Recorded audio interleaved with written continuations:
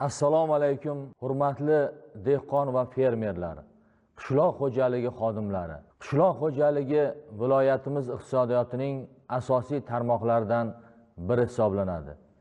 Keyingi yillarda hurmatli prezidentimiz tomonidan barcha sohalar qatori agrar sohani rivojlantirish, tarmoqda ilm-fan yutuqlarini joriy qilish bo'yicha amalga oshirilgan keng ko'lamli islohotlar natijasida bu yil ham Qashqadaryoda qishloq xo'jaligida katta marralarga erishildi. Joriy yilda viloyatimiz tarixida ilk bor 550 ming tonnadan ortiq paxta yetishtirildi. Viloyatdagi 300 dan ortiq fermerlarimiz gektaridan 60 sentnerdan ortiq hosil oldi. G'allakorlarimiz ham 1 million tonnadan ortiq don yetishtirdi. Bog', tokzorlar yangilanayotgani, intensiv sabzavotchilik rivojlantirilayotgani natijasida qariyb 1 million tonna sabzavot va poliz, 315 ming tonna meva va uzum, 200 ming tonna kartoshka hosili olindi. Qariyb 100 million dollarlik qishloq xo'jaligi mahsulotlari eksport qilindi. Birgina tarvuz eksporti 18 million dollarga yetdi. Albatta bunday ulkan natijalar ortida dehqon, fermerlar, klasterlar, qishloq va suv xo'jaligi sohasidagi har bir insonning mehnati, jasorati, fidoyiligi turganini barchamiz his qilib turibmiz. Kuni kecha qishloq xo'jaligidagi islohotlar natijadorligi va kelgusi yildagi ustuvor vazifalar bo'yicha o'tkazilgan yig'ilishda muhtaram prezidentimiz tomonidan soha rivoji uchun ko'plab yangiliklar e'lon qilindi. Qishloq xo'jaligining barcha yo'nalishi bo'yicha ko'plab imtiyoz va preferensiyalar joriy etildi. Muhtaram prezidentimizning topshiriqlari, ko'rsatmalari asosida kelgusi yilda qishloq xo'jaligida yuqori natijalarga erishish bo'yicha qator vazifalarni o'z oldimizga maqsad qilib olganmiz. Birinchidan, kelgusi yili ham paxta va g'alla yetishtirishda ilg'or texnologiyalarni qo'llash ustuvor yo'nalishimiz bo'ladi. Shinjon usulida paxta ekish 1,5 barobarga ko'paytiriladi. Ushbu intensiv texnologiyalar 40 ming gektardan ortiq yerlarimizga qo'llaniladi. Ko'sak qurti va gerbisidga chidamli g'o'zaning xorijiy navlari 55 ming gektarga ekiladi. Paxta yetishtirishda to'liq 76 lik sxemaga o'tiladi. Kelgusi yil g'alladan 1 million tonna hosil olinadi. Buning uchun g'alla erta bahordan 3 marotaba azotli mineral o'g'itlar bilan, 3-4 marotaba makro va mikro elementlarga boy o'g'itlar bilan oziqlantiriladi. Ikkinchidan, sohani zamonaviy texnikalar bilan ta'minlash ishlari izchil davom ettiriladi. Qariyb 1,5 trillion so'mlik 1,5 mingta yangi qishloq xo'jaligi texnikalari va agregatlari xarid qilinadi. Natijada chigit ekishni 15 kundan 10 kunga, g'alla o'rishni 35 kundan 25 kunga qisqartirish hamda shudgorlashni 30 kunda yakunlash imkoni yaratiladi. Shuningdek, paxtaning 70% mashinada teriladi. Uchinchidan, tobora keskinlashib borayotgan iqlim o'zgarishi sharoitida suv resurslaridan oqilona foydalanish borasidagi tadbirlarimiz yanada jonlantiriladi.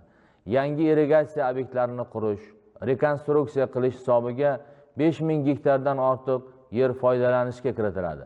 Qariyb 47 ming gektar maydonda suv tejovchi texnologiyalar joriy qilinadi. 27 ming gektar maydon lazerli qurilmalar yordamida tekislanadi. 5 kilometr kollektor drenaj tarmoqlari quriladi.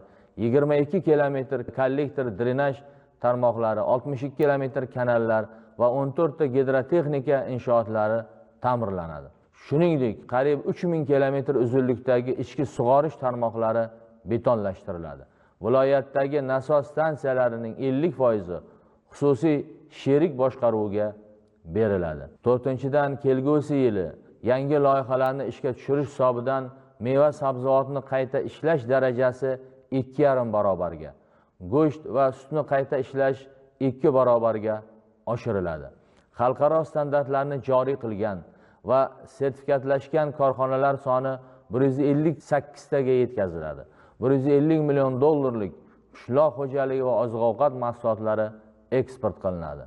chorvachilik, parrandachilik, baliqchilikni rivojlantirish bo'yicha yangi loyihalar yo'lga qo'yiladi. Chetdan 12 ming bosh naslli qoramol va 65 ming mayda shoxli mollar olib kelinadi. 5-dan bog'dorchilik va meva sabzavotchilik alohida yondashuv asosida tashkil qilinadi.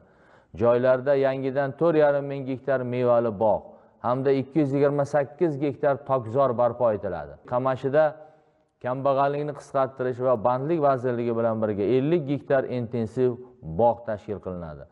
Bog' hosilga kirgandan keyin yarim gektardan 100 ta kambag'al oilaga ijaraga beriladi. Hosildorlikni oshirish hamda eksportbop mahsulotlar hajmini ko'paytirish maqsadida qariyb 9 ming gektarda intensiv sabzavot yetishtiriladi.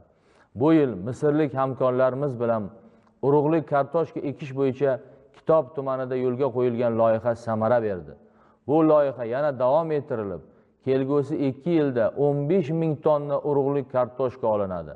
Natijada viloyatimizning kartoshkaga bo'lgan talabi to'liq qondirilib, boshqa hududlarga sotish darajasiga chiqiladi. Qishloq xo'jaligida pillachilik alohida o'rin tutadi.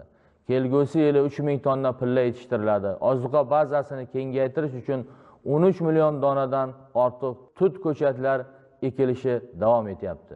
Fursatdan foydalanib, mehnatkash xalqimizga, dehqon fermerlarimizga murojaat qilmoqchiman. Oldimizdagi dolzarb vazifalardan biri kelgusi yil hosilining asosiy poydevori bo'lgan sifatli shudgorlashni tez kunlarda yakunlashimiz kerak. Mavjud qishloq xo'jalik texnika va agregatlarini ta'mirlab, kelgusi mavsumga shaylab qo'yaylik.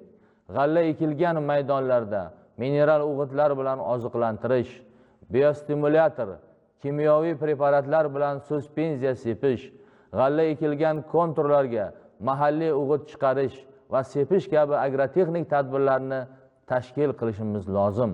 Bu orqali nafaqat bozorlar to'kinligi, oziq-ovqat xavfsizligi, balki eksport uchun ham zamin yaratgan bo'lamiz.